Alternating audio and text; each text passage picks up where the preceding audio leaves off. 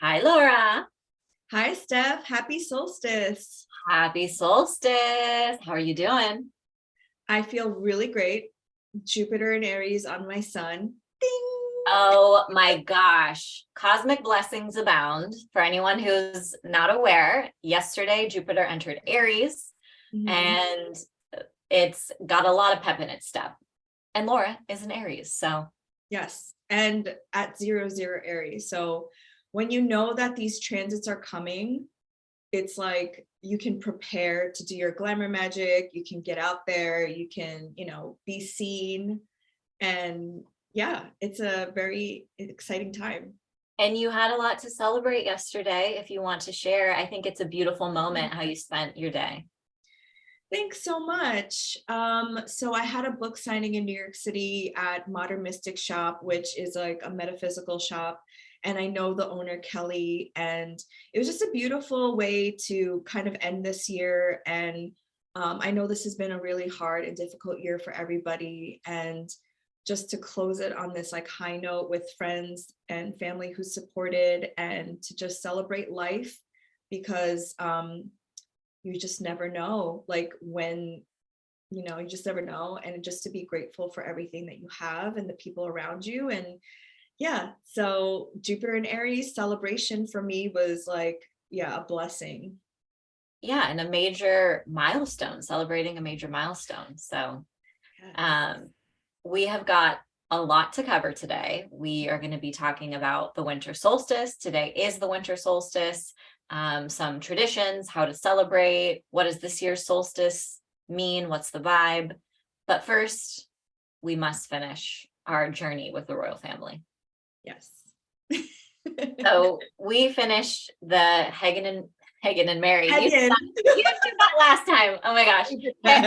Harry and Meghan, we finished the series this week. The second part dropped. And we've got a lot of thoughts. Laura has sent me this list of like a million bullet points that blew my mind. So yeah, I feel like we should start there. Oh my gosh.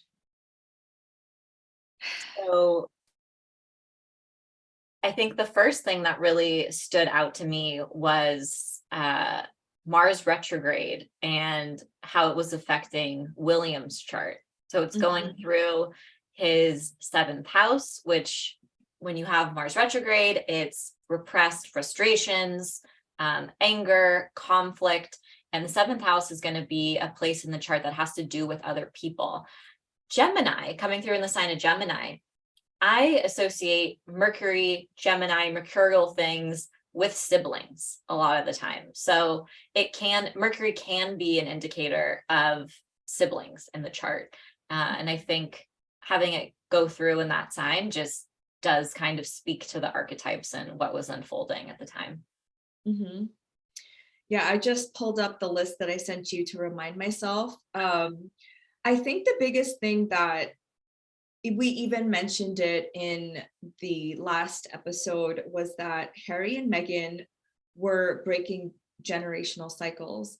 And they even say it in the documentary, especially Harry. And it's interesting because Meghan gets a text message from Beyonce who says, "You're breaking generational cycles that need to be healed." And as we pointed out in Meghan's chart, her Libra house is the fourth house, where she has her moon, which is the ruler of her ascendant, Saturn, Jupiter, and Pluto there. And it was square to all the Capricorn stuff that was happening in 2020 and 2021. And I just thought that the turning point too, if you watch the documentary of how this all started to unfold, was when they were doing their tour right after Meghan gave birth to Archie in Australia. And the royal family was noticing how popular Meghan was. And it's literally what happened to Diana. I don't know if most of you are familiar with that, but when Diana and Charles went to their Commonwealth of Australia, and people were like lining up to see Diana and they weren't lining up to see Charles, and Charles got jealous of Diana, and they saw that the institution obviously prefers the favor of the royal versus like the spouse. and that put a fissure in their marriage. And it literally is what happened to Meghan. That I had chills when that came up in the documentary, because it was literally exactly same tour, same place, same happenings. And that's when everything shifted. The treatment from the royals. Yeah. And I was just like, so basically, like what we said, is they just want somebody to like fit into this role, kind of like Kate. I'm sorry, Kate, who's quiet, who dresses like they want them to, like literally a robot for the institution, and be small and not stand out and not cause waves. But clearly Meghan is a disruptor. And I think they saw somebody who was a threat to the institution, which obviously now we see what happened, what unfolded. Yeah. And I really also appreciated your point about just like how at the end of the show, Harry and Meghan were like, we want something different. We want something different for our children. And that's what they decided to do.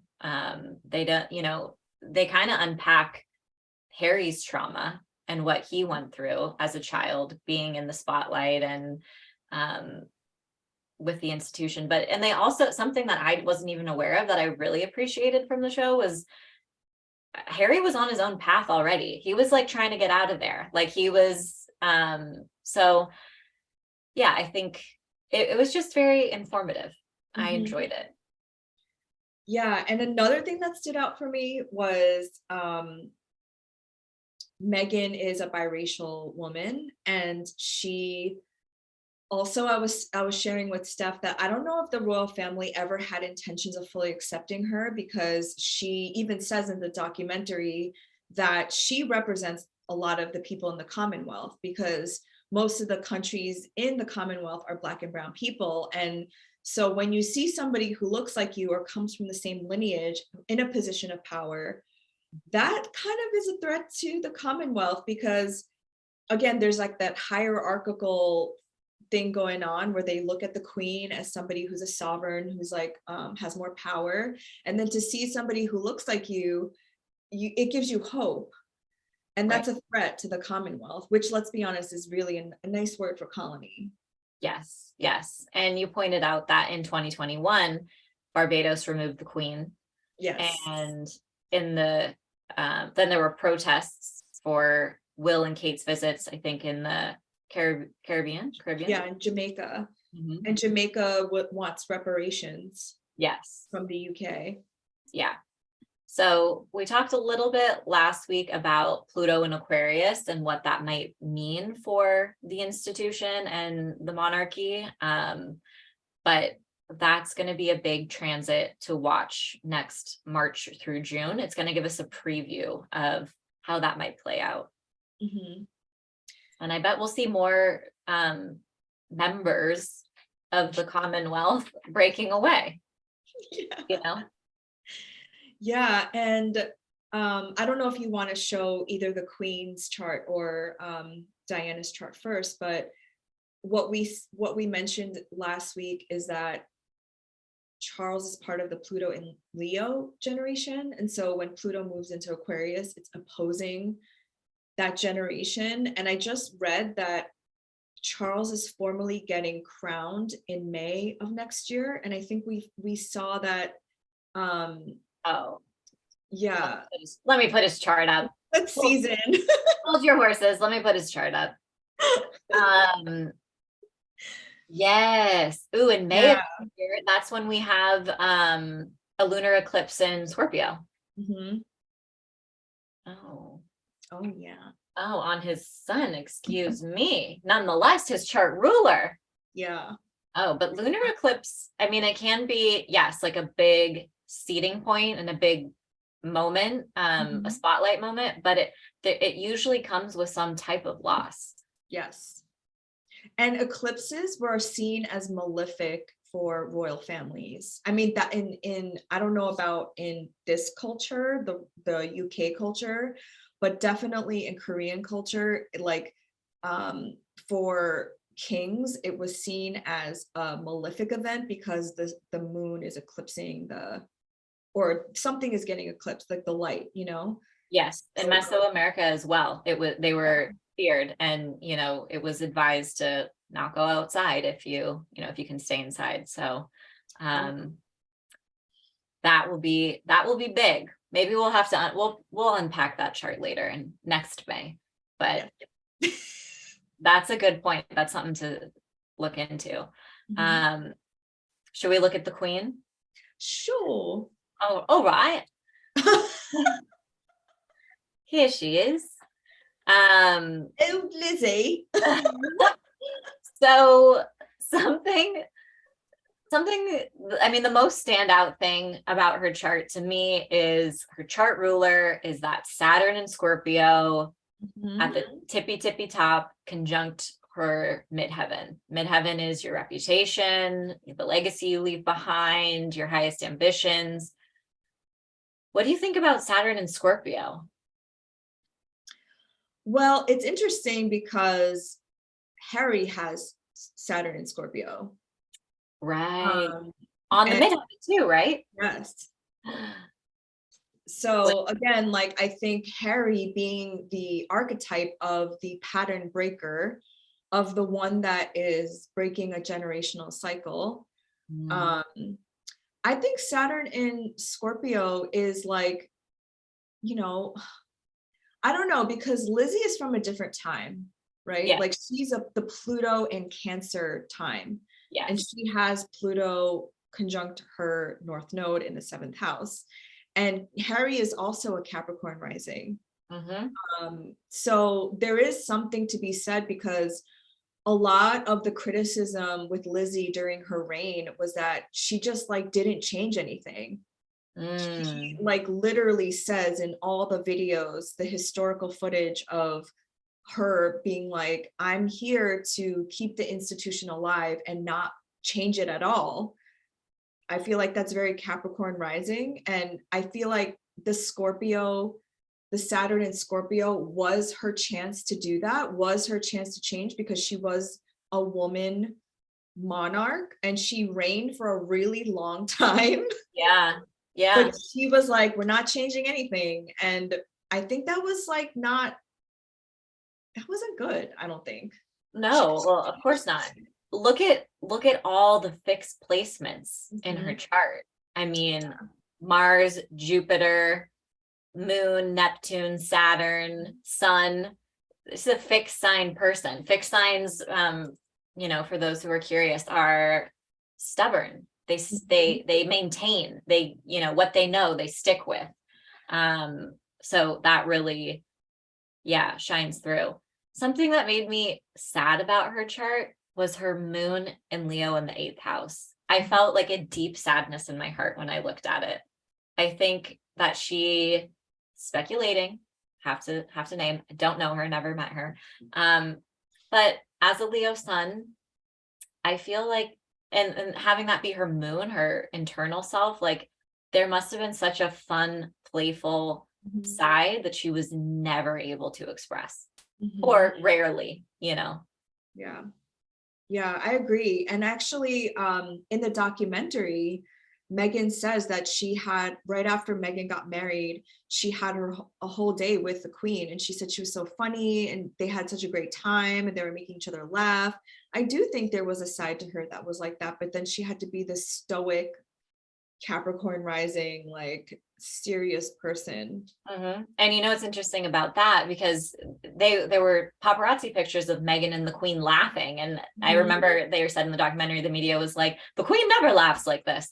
The Queen's moon is at 12 degrees. Meghan's sun is at 11 degrees Leo, so that is like the tightest of conjunctions. So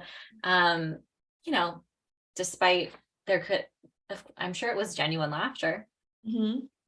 Yeah, and what I find interesting in the pattern with Elizabeth and William and Harry is that William also has his North Node in Cancer, and Diana was also a Cancer sun. So again, like they were all players in each other's like karma and breaking like family ties and Because I really believe Cancer and Capricorn axis is about family.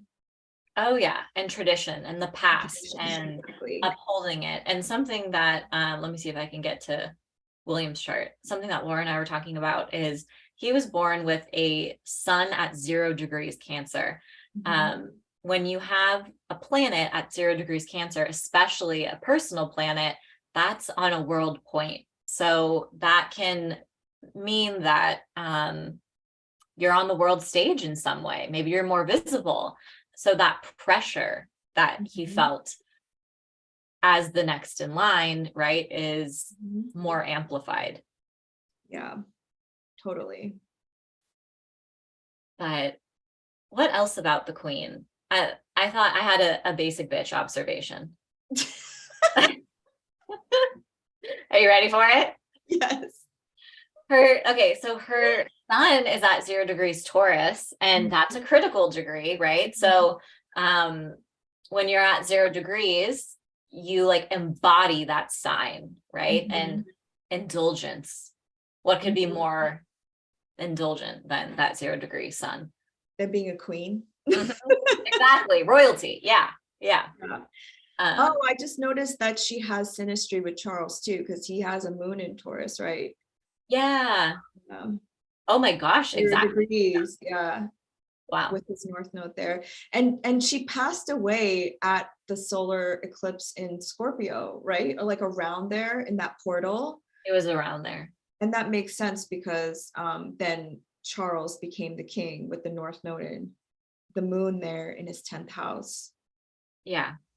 So they're all very intertwined. The only other note that I have about the Queen is that she also has Mercury in the 4th house, secrets. But she has the Mercury in Aries. So I married a Mercury in Aries, so I know what that archetype is like. But they can be outspoken. They don't mince words. Like they're honest, they're blunt, they say things and apologize later. And so she clearly had a good PR team, right? Yeah, and what's interesting about that is I feel like that's her energy, but even in the documentary, Harry says that his brother and his father were like yelling at him, but the Queen stayed silent. So again, like she's the Queen. She could have spoken up on his behalf, but she decided to stay silent in her allegiance to the institution, which I think is so sad. Like you can't even stand up for your own grandson. And they talk about this a lot, where there is like a distinction between grandson and grandmother and the Queen and like, I don't know what he would be, like a subject. And sometimes during this process, he just wanted his grandmother. He just wanted to visit with her, and they wouldn't let him see his grandmother because she was the Queen. Yeah. Serious conflict of interest. Totally. Should we go to Diana? Let's chat about Princess Di. I had to do my girl right with her revenge dress. Yes. I was so happy when I saw it. This look is iconic. She is so fierce. Oh my goodness. I am obsessed with her chart ruler. Jupiter and Aquarius in the 3rd house. She was people's princess. Yeah, she was the people's princess. She wasn't, afraid of going around neighborhoods, shaking hands, meeting people. And she wanted to change things. She cared about the collective, that big Aquarian ideals. And it's her mind. It's the place of, how you self-express, your opinions, your thoughts, all ties back to that Aquarian perspective. I thought that was beautiful. Yeah, and there's this documentary that's famous where it's like after she divorces Charles, and they play some of it in the Netflix documentary where she's in a black suit. And she says in that documentary, I'll never forget that when I saw that for the first time. She says like,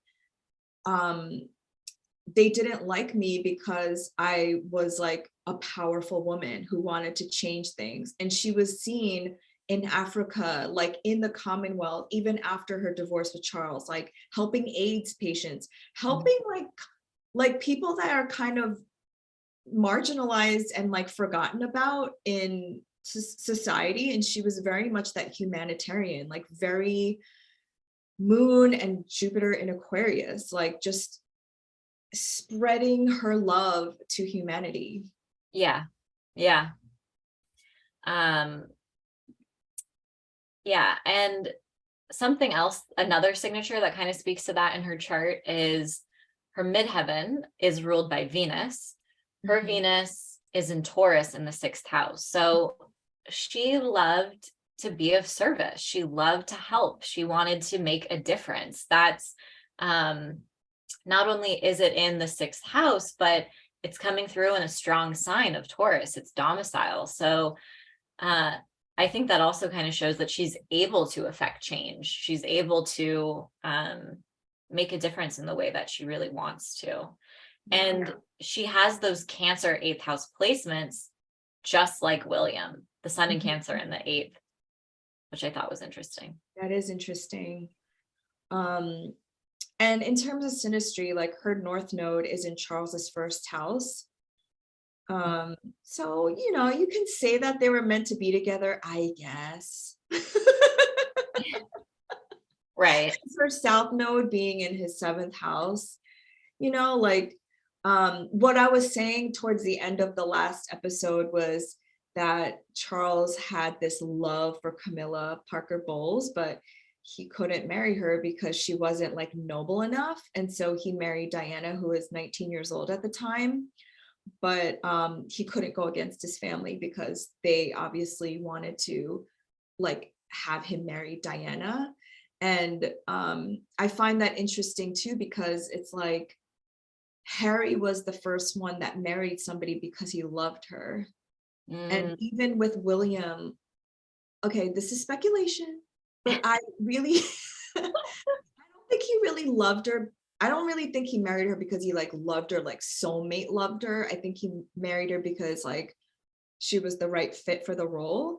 But Harry was like, it's so obvious he like loves her, you know?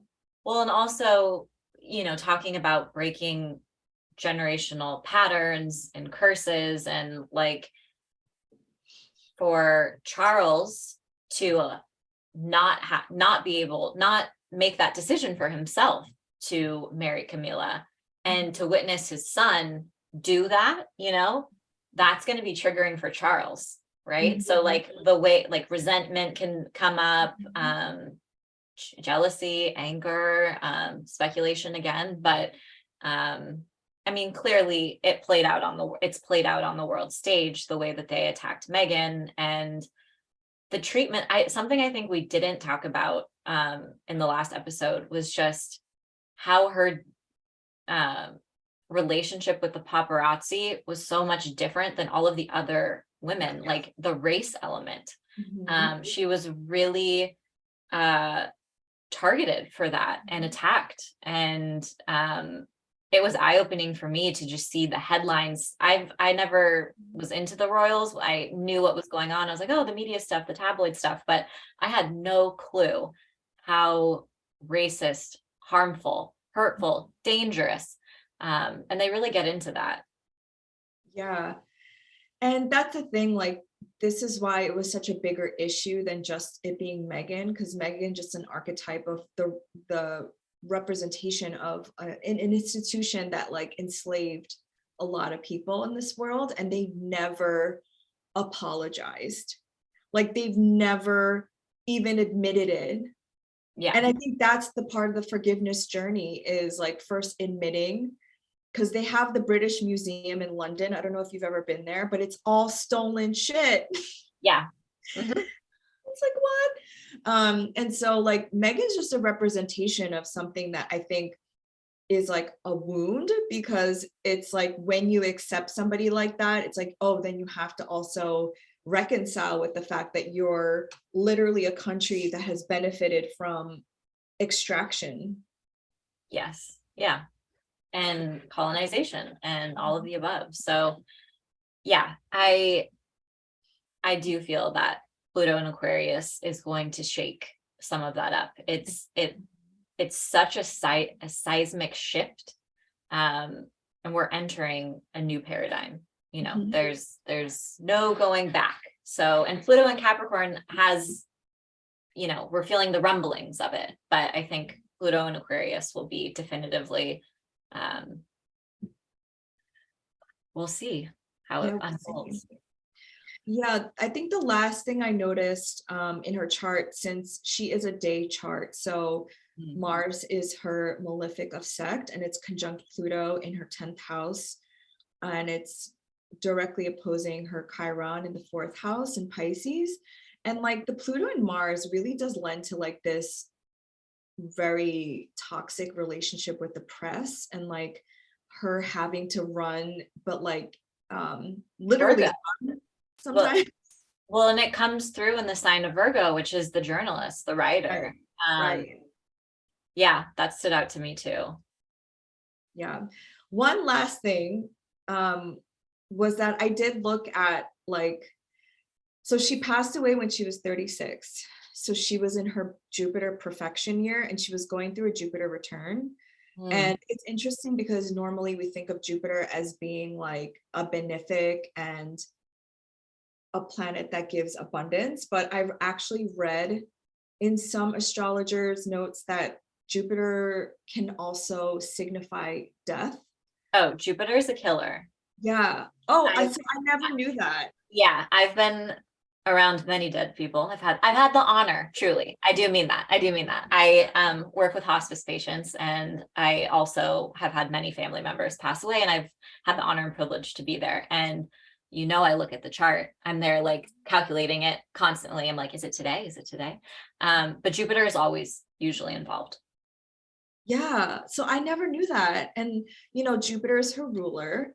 And so she was in a Jupiter perfection year and Jupiter return, and it's in her 3rd house, and it's making like, you know, I don't know the chart at the time. I didn't look that up, but I don't know, like just with the media and like the fact that paparazzi were taking photos of her as she was passing away and didn't help her. They could have saved her as she was like dying in the back seat. And I don't know, that Jupiterian, like something exploding and like going awry like that, like sometimes Jupiter is like not a good thing, I think. Yeah. And I think it's important to note that like there's no one signifier for death. So, you know, even though Jupiter is involved a lot of the times, it really is a combination, and it's always different in everyone's passing. But to have the 1st house, the body activated in that perfection year, and to be going through a Jupiter return. Yeah. I mean, those are that and Jupiter ruling her 4th, which is often like a house of like ending. Yeah.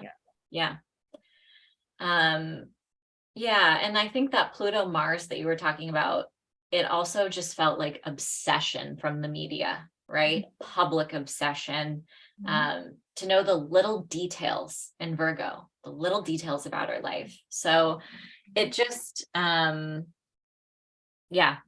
that's why, and that's why Harry said in the documentary he didn't want the same thing happening to his wife, because Diana was dating what's his name? He was basically a person of color, and people were obsessed, were like trying to like find them, were trying to like chase after them on their vacations. And it's like a similar thing was occurring with Meghan and Harry, and he didn't want the same thing to happen to his wife that happened to his mother. Of course not. So these patterns are layered. There are many of them, and hopefully this, you know, can inspire you all to look at your own chart within your families and look deeper into the dynamics and what you might want to release, what you're working on. but it's a very powerful tool to compare charts with our families. Yeah. And it gave me a lot of understanding and compassion for what my different family members go through. Like, because when I can see their chart, I'm like, oh, this is why you are the way that you are, and you can't change that. Obviously, we can all evolve, but it gives me more of a sense of where they're coming from, because we all have an energetic signature, and some things you just can't change.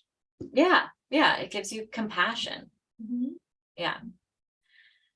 Should we talk about the solstice? So the sun is going to enter Capricorn in 18 minutes.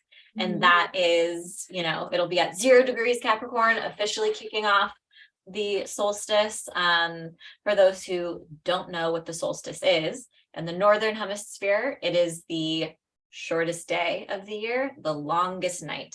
In the Southern Hemisphere, it is the opposite. So longest day, shortest night. But it signals a turning point, and it's something that has been celebrated by so many cultures all over the world for thousands and thousands of years. Yes. So I was sharing with Steph that during my deconstruction of my Christian upbringing, I was questioning a lot of the things that I was taught, because, this time of year for Christians signifies the birth of baby Jesus, which, if you believe that, 100% amazing. But I always was like, well, it's interesting to find the roots of things, because I consider myself to be a historian. So I looked into the roots of this time of year, and like Stephanie said, every culture, every ancient culture around the world has celebrated this time, even if you're Christian or Jewish, because most cultures go by the cosmic alignments of the sun. And so around the solstice, it was a celebration in many different cultures around the world. And I looked into the pagan traditions, the Norse, the Germanic. I think you, Steph, you said you looked into Egyptian, right? Of calling in the light during the longest night for the Northern Hemisphere folks. And all of the different cultures celebrated kind of similarly. There was something about bringing in a tree, like an evergreen tree, bringing holly inside, and allowing the nature to be present when it was winter and there's nothing alive. And there was something around candle magic and fire and igniting the light. There was always a festive time of Jove, right? Because this was also Sagittarius season, and just having, merriment and gift giving, and just having festive fun times. Yeah, the sun and the light was the main common thread through every tradition that I saw. It was a time to worship sun deities. In ancient, where Iran is now, they had Shabi Yalda, and that was a celebration where the sun god took over the darkness, and there was this transition, and people would gather, and it was a protection from evil, and they would perform charitable acts and just get together with family, and like you were saying, celebrate. And ancient Peru, they had a celebration, Inti Raymi. And same kind of thing, they're worshiping the sun god, not same kind of thing, but different practices. But the common thread is the sun. In ancient Egypt, they worshipped Horus, the god of the sun. And it was a 12-day celebration around the solstice, which, you can think of 12 days of Christmas. How did we get here? Well, the Christians didn't just make it up out of nowhere. I hate to everyone. Oh, I'll to everybody. Yeah.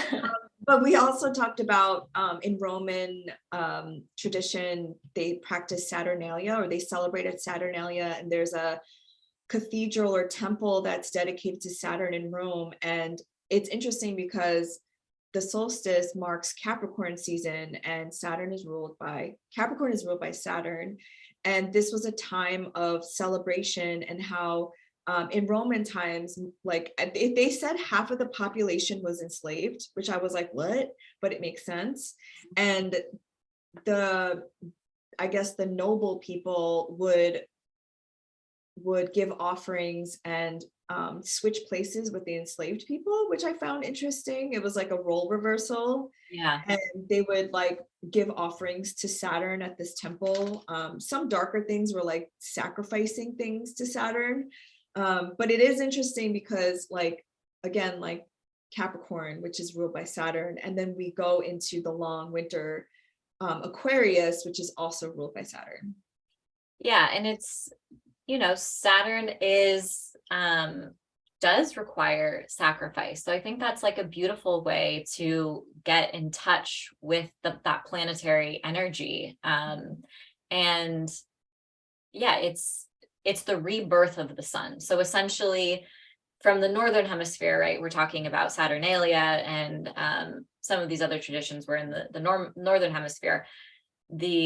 As the shortest day of the year, that means moving forward, the day is only going to grow longer, right? And so the sun is being reborn. We may be in the darkness of winter now, but we are moving towards fertility, growth, and more light and more life.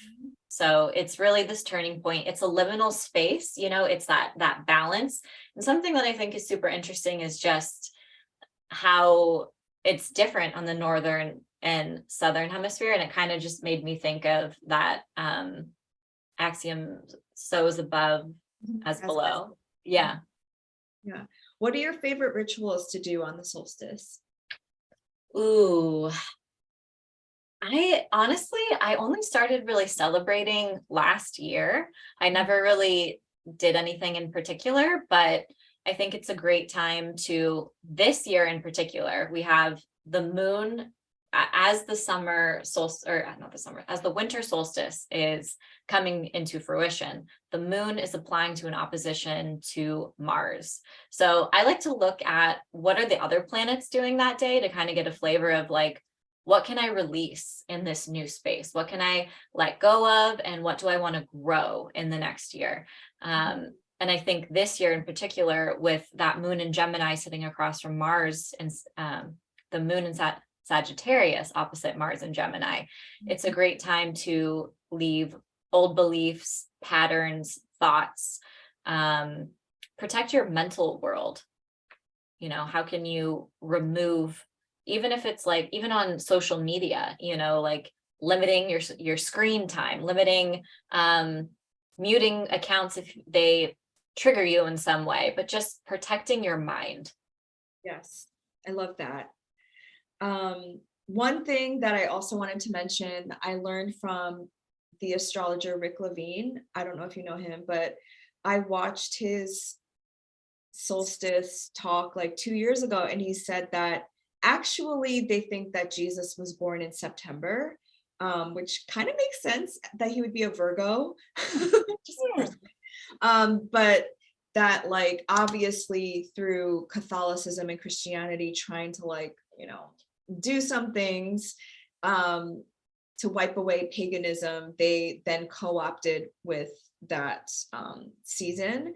And that the three magi, which they were magicians basically, they were astrologers, and so they followed the star of Bethlehem, which was a Saturn and Jupiter conjunction. I heard it was a Venus Jupiter conjunction in Pisces, but Saturn would make sense too. Maybe they were all three there. Maybe they were all I'm so confused about Jesus' birthday. I think it's pretty like, obviously it's not confirmed because all of that information is lost, but I can confidently say it was not on December 25th. Let's be real, wasn't a Capricorn. Not a Capricorn. Some of my best friends are Capricorns. No, not a Capricorn. Not Jesus. Yeah. No. Yeah, but I had also heard maybe he was an Aries, maybe he was a Pisces, and Pisces I was like, oh yeah, but Virgo could also make sense for sure. That axis. He was a carpenter. Yeah. I feel like he was a Virgo. I think he was like into working with his hands and like, he was a person of service. He was like the ultimate humanitarian. But definitely not born on December 25th. So when I was deconstructing my Christian upbringing, I was like, I still feel confident putting up a tree and doing all these rituals because it's innately pagan, like to call in the sun, remember the light within. And I heard this indigenous creator on TikTok say, like, that's why most spiritual people go into caves and like go into darkness, because it allows you to quiet enough to like remember the light within you. Oh my And God. there's that you know, in yoga you say namaste, which is the light in me recognizes the light in you. And I just think that's beautiful. Yeah. I mean, think about your darkest times. That is usually, for me personally, is when I shed the bullshit, you know, all the petty things, the opinions of other, you know, whatever the chatter is, that's been kind of like weighing on you, and it accumulates in life because that's just what happens. But when you're going through those dark times, kind of like that metaphorical cave, like there's a light that ignites within. I think that's so beautiful. What are some of your favorite rituals for the winter solstice? I'm an Aquarius moon, so I speak mine out loud, as you know by now, Steph. Yeah. Yes. I love. Listen to my intention. I usually, this morning when I woke up, I made a grid, like a crystal grid, and I did it with my friend, and we did a meditation, and then we wrote down like our intentions for 2023, and then we did an intention setting just now for our witching hour and for ourselves. And I like to like talk and then write, and more than ever, the older I get, it's less about the actual thing, but I'm manifesting a feeling, manifesting being in alignment, having rich thoughts, rich feelings, and taking inspired action and remembering who I am and why I'm here. Yes.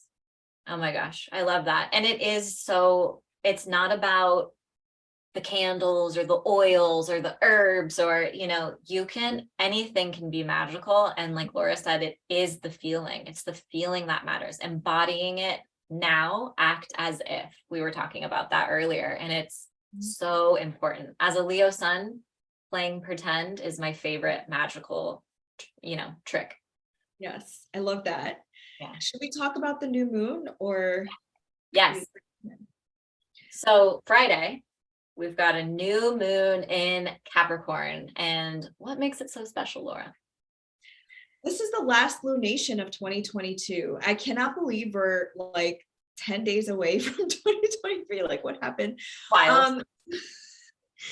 So what makes this special is that the new moon will be squaring Jupiter in Aries. And I think I want to hear your thoughts about square aspects to a benefic planet. But for me, square is like a tense aspect where something needs to like come out of it. Like you're like pressured to do something, you're pressured to like take action or change something.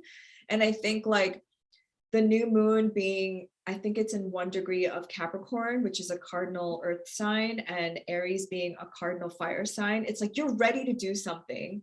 Yeah. And with Jupiter being there, it's like you're going to get after it. Because now Jupiter is going forward. Most of the planets are moving forward now.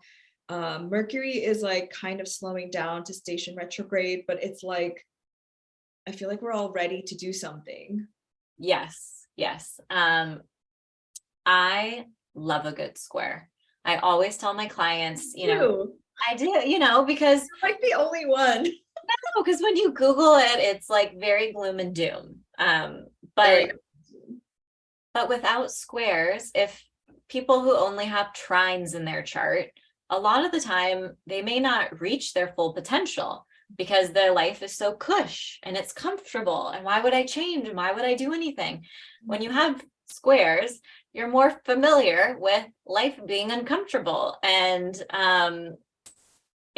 those are moments of growth and evolution and for your soul and your psyche. And like Laura said, it's that pressure cooker, right? They're at the 90-degree angle. They're pushing, they have cross interests, right? This planet wants one thing, this planet wants another thing. And then it's like, this is how we're going to work together. And you take inspired action. I think that is like the best takeaway for this new moon is not just to set your intentions, but to do something towards it that day. Whether you send a pitch email to someone, whether you, if you want to, if you want to start a business, like buy your domain for $20 a month. If you want to take some type of small inspired actions towards your goal, it doesn't have to be anything that's going to break the bank or crazy, but I think we're going to have, when you really move forward with that cardinal initiating energy, that's how to make the most of it. Yeah. And I really appreciated this about Steph when she read my chart, because I've had my chart read by a lot of astrologers who are like, ooh, lots of squares. And when you read my chart, you made me feel so much better because you were like, yeah, Laura, you got this. Yes. Yeah. I mean, you have some delicious squares, I think, that are very, very powerful. Lots of squares. Yeah. Another thing is the ruler of this new moon is Saturn, and Saturn is at 21 degrees of Aquarius, and it's like the last time Saturn will be in its domicile for like 30 years. So yeah. I feel like now that it's moving forward, and Saturn always leaves a gift when it leaves its sign. This is like, I feel like a good thing. Yes. Yes. So, and I think that's important. It is the last intention setting. It's the last lunation of the year. It's the last time to set intentions for the new year. And Saturn in domicile can deliver. So what is a constructive, practical plan? What parts of your foundation are missing? What are, I always default to a checklist as a Virgo. So I love, making little bullet notes, but yeah, it's an exciting one. And I think we're feeling it today. And there's like a little bit of a preview today almost, because the sun is forming a square to Jupiter today. Mm-hmm. And then as they continue to move, we'll feel that energy again with the new moon on Friday. So you could even start now. Yeah, especially with Venus and Mercury there as well. Oh my gosh, so much Capricorn action. Yes. So I personally like Capricorn because it is a very creative sign. I would like to hear your thoughts on Capricorn. It is a yin earth sign at the end of the day. So it is very creative and it has the ability to build things. Yes. My personal relationship with Capricorn, some of my best friends that I've had for decades are Capricorns. Capricorn is my 6th house though. So in my birth chart,